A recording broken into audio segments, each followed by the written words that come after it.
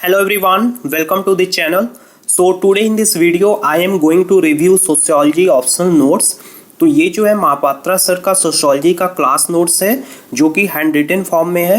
तो इसको मैंने लगभग 20 दिन पहले ही परचेज किया था और मैं इस सारे नोट्स को एक बार पढ़ चुका हूँ। So I think I am the right person to review this notes. Okay, so look there are total 8 booklets. Both paper 1 and paper 2 को मिला के 8 बुकलेट हैं और पेपर 2 में जो है आपको 3 बुकलेट मिल जाएंगे और पेपर 1 में जो है आपको 5 बुकलेट मिल जाएंगे। ठीक है, तो ये जो है आपके पेपर 1 के नोट्स हैं और ये जो है 3 बुकलेट जो है पेपर 2 के हैं।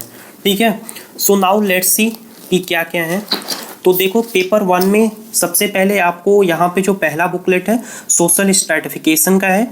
तो इससे जो है आपका जो यूनिट 5 है सोशियोलॉजी ऑप्शनल के जो पेपर हैं उसका सिलेबस आप देखोगे, मैं यहाँ पे सिलेबस भी रखा हूँ।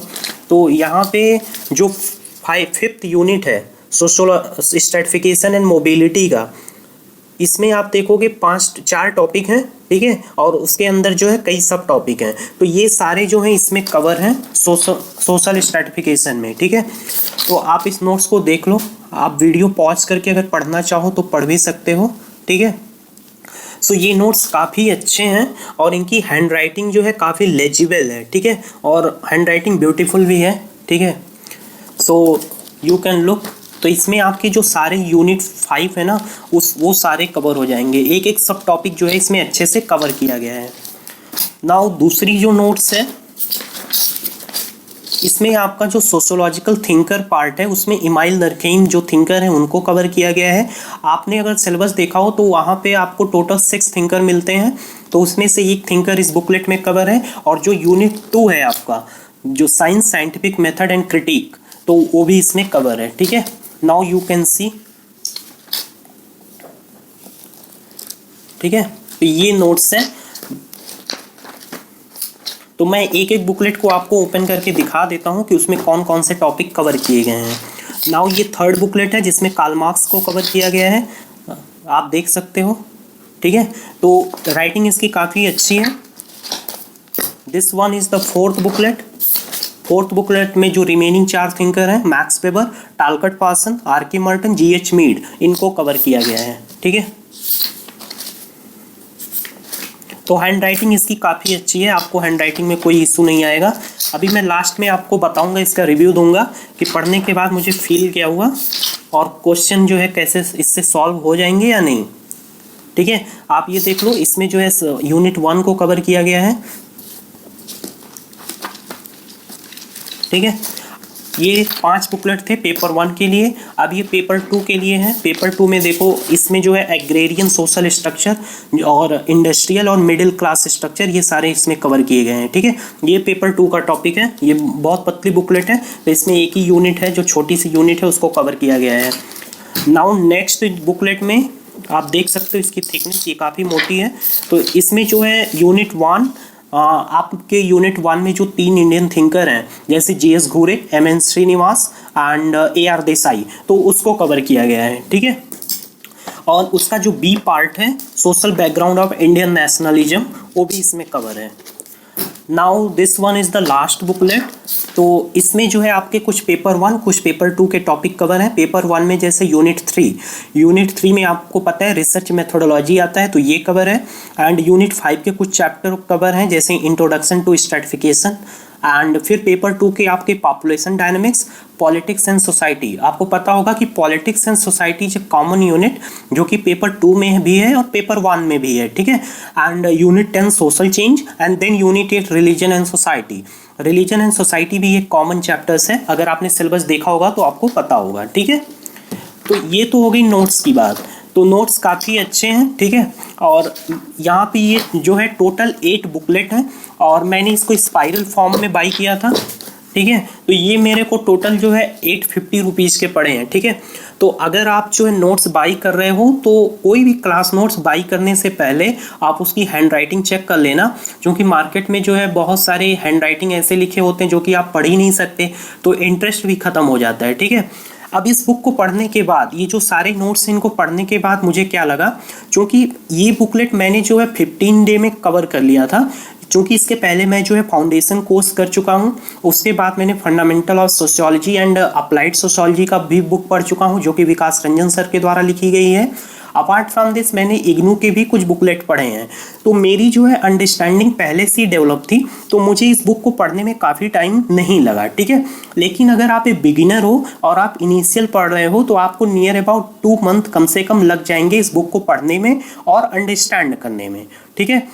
तो अगर आप एक बिगिनर हो, आपने कोई भी रिसोर्स नहीं पढ़ा है, तो आप इस बुक को पढ़ सकते हो, इस नोट्स को। और यहाँ से जो है आपको नोट बनाने पड़ेंगे अपने, ठीक है, अपने नोट्स लिखने होंगे। और चूंकि ये बुक बहुत लेंदी है, आप देख सकते हो 8 बुकलेट है और इतनी मोटी मोटी, ठीक है, तो आप इसको रिटेन नहीं कर सकते। तो यहाँ से आप शॉर्ट नोट्स बना लेना। और अगर आप शॉर्ट नोट्स नहीं बनाना चाहते तो इस बुक से पढ़ के आप अंडरस्टैंड कर लो अच्छी तरह से, और इसके बाद जो है नितिन सांगवान सर की जो बुक आती है उसको आप फॉलो कर लो और वहाँ से जो है याद कर सकते हो, ठीक है। क्योंकि आपको क्रैम तो करना पड़ेगा सोशियोलॉजी में कुछ चीज़ें, ठीक है। और उसके बाद देखो यहाँ पे जो पेपर 1 है, पेपर 1 काफ़ी अच्छे से कवर है। आपको पता है पेपर 1 में टोटल 10 यूनिट्स हैं, ठीक है। पेपर 1 काफ़ी अच्छे से कवर है। और पेपर 2 में जो सेक्शन ए है और सेक्शन बी है ये भी काफ़ी अच्छे से कवर है।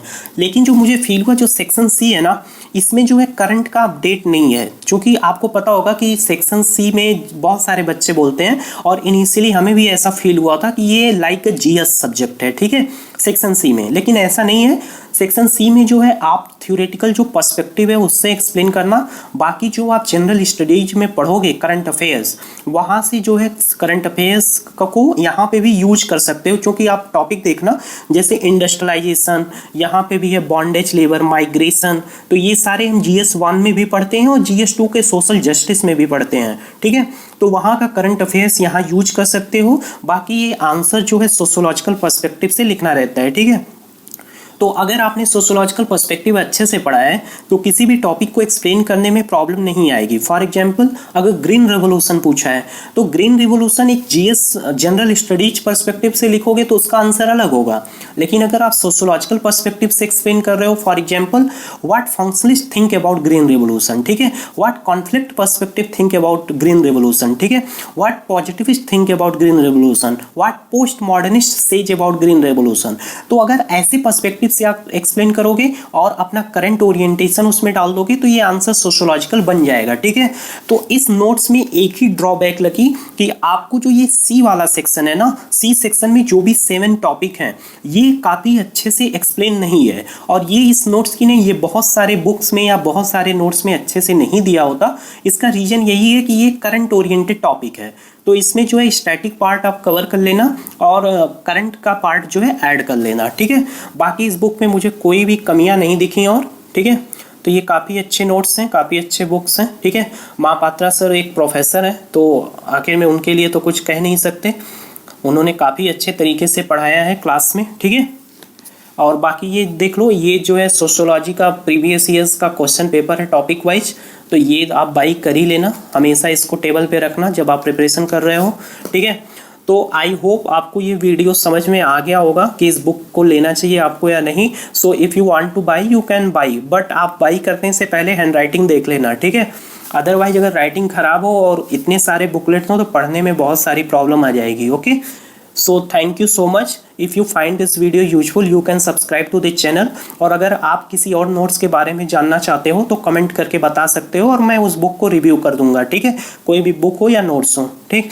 तो thank you so much and thanks for your time.